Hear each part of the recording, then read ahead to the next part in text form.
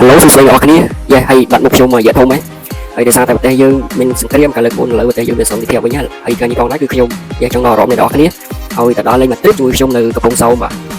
ហើយសម្រាប់នៅកំពង់សោមឥឡូវគឺមានការអភិវឌ្ឍខ្លាំងមែនទែន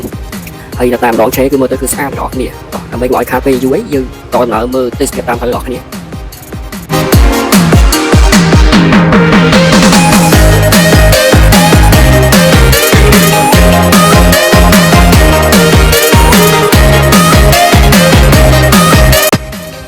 ហើយពេលនេះផងដែរគឺខ្ញុំបានមកដល់កន្លែងមួយដែលគេឲ្យឈ្មោះថាឆ្នេរអូជាទៀលនេះទាំងអស់គ្នាពេលមកដល់ឆ្នេរអូជាទៀលភ្លាមគឺខ្ញុំជ្រើសរើសយកការផឹកទឹកអំពៅបាទដោយសារតែខ្ញុំគ្មានលុយផឹកមួយឆាយឬគេទេទឹកអំពៅតម្លៃ 2500 គឺយើងគ្រូហើយអ្នកនរគ្នាអាចធ្វើតាមខ្ញុំបាននឹងក្បួនចាយលុយគេចាយលុយបែបហ្នឹងអ្នកនរគ្នាមិនចាយច្រើនទេចាយតែប៉ុណ្្នឹងបានដែរដល់លេងមកត្រៀបមួយថ្ងៃហ្នឹងគឺខ្ញុំចំណាយអស់ខ្ទង់ត្រឹម 30000 រៀលទេបាទ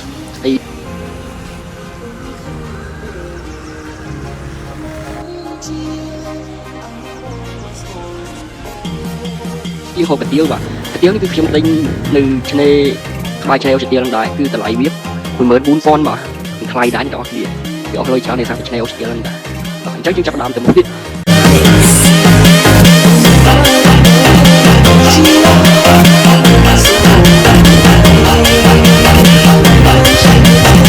កន្លែងសំខាន់គឺឲ្យឈ្មោះថាដើមឈើចាំស្នេហ៍អ្នកនរគ្នាបើថាមានស្នេហ៍អីមិនចាំណាទៅតែខ្ញុំអត់មានស្នេហ៍ចាំទេឥឡូវយើងទៅមុខទៀត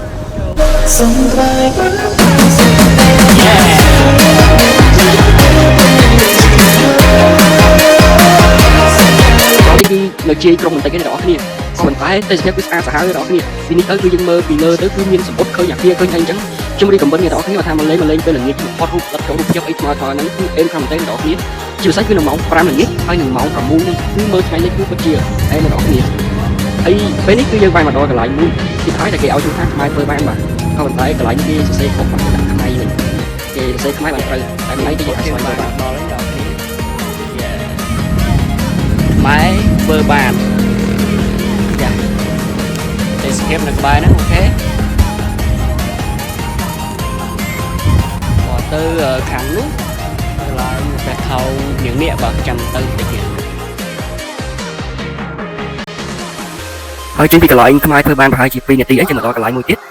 គឺរង្វង់មូលប្រថោងតោស្បែកនេះបាទនៅកន្លែងនេះគឺគេមានលក់អីជាច្រើនដែរអ្នកនរគ្នាអាចមកទស្សនាបានពេលល្ងាចឡើងគ្នាឥឡូវនេះយើងបានមកដល់ហើយនេះហើយអ្នកនរគ្នាបើថាមានម៉ូតូមានឡានអីអាចជិះមកលេងបានអាចមកលេងបាទស្រុកខ្មែរយើងដើរលេងច្រើនទៅហ្នឹងហើយមានម៉ូតូមានឡានអីកុំទុកចោលពីយើងចាំចាស់ខូចអស់ឡើយហ្នឹងហើយពេលយើងបានមកដល់ហើយយើងរកកន្លែងចតម៉ូតូចតបានឲ្យស្រួលដើម្បីឲ្យបងប្អូនយើងធ្វើចរាចរណ៍ស្រួលអញ្ចឹងដោយសារទីនេះគឺមនុស្សច្រើនបាទលេងឡើងគឺមនុស្សច្រើនឥឡូវយើងបានឡើងទៅលើហើយយើងដើរលេងនៅបរិវេណជុំវិញហ្នឹងអញ្ចឹងណាហើយនៅលើហ្នឹងនៅជុំវិញហ្នឹងគឺគេមានលក់ជាវត្ថុអនុស្សាវរីយ៍ឬមួយក៏ប្រដាប់ប្រាក្មេងលេងអញ្ចឹងអាចយកក្មេងមកលេងក៏បានដែរយើងទិញអ្វីបានទៅទិញអីឲ្យគាត់លេងអញ្ចឹងទៅហើយយើងហ្នឹងហើយយើងដើរលេងមកជុំពីជុំហើយចាំយើងទៅរយហូបទៅបែរហ្នឹង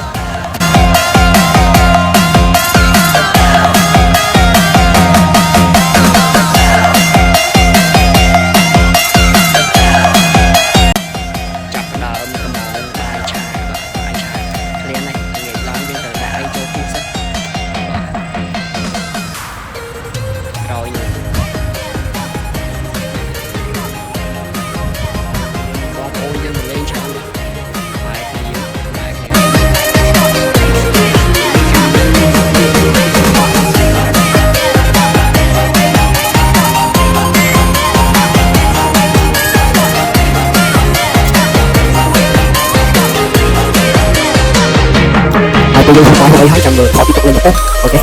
Check tracks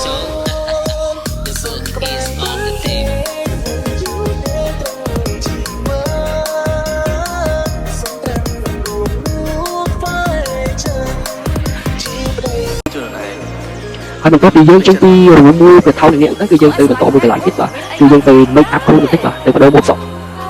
ហើយសក់គឺខ្ញុំទុកម៉ូត1លេតបាទលើកហ្នឹងសាងគេទុក1លេតហើយវីដេអូខ្ញុំក៏មានតែប៉ុណ្្នឹងដែរត្រឹមកន្លែងកាត់សក់ហ្នឹងទេហើយអរគុណអ្នកនរគ្នាដែលបានតាមដានវីដេអូរបស់ខ្ញុំតាំងពីដើមដល់ចប់ជូនបងប្អូនអ្នកនរគ្នាជួបតែសំណាងល្អហើយប្រទេសជាតិរបស់យើងនឹងមានសន្តិភាពជារៀងរហូតអរគុណ